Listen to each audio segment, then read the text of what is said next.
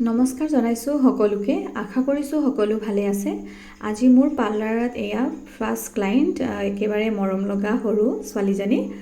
সৰু টিকলাজনী আসলতে হেয়াৰ কাট কৰিব আহিছে এয়া সৰু ল'ৰা ছোৱালী হেয়াৰ কাট কৰাটো এটা বহুত ডাঙৰ সমস্যা বুলিয়ে ভাবো কাৰণ বহুত আমনি কৰে সৰু ল'ৰা ছোৱালীয়ে এয়া দেখিছেনে বাৰে বাৰে তাই পিছফালে ঘূৰি চাই আছে যে মোৰ হাতত কি আছে মই মানে কি দি চুলি কাটিছো কেনেদৰে চুলি কাটিছো হেতুকে চাই আছে সৰু ল'ৰা ছোৱালী যদি মই হাতত ফোনিখন হেতু লাগে তাইক ব্ৰাছো লাগে হলেও মই হেখত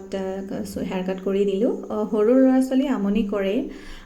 আৰু আজিকালি ল'ৰা ছোৱালীবোৰ এনেও টেঙৰ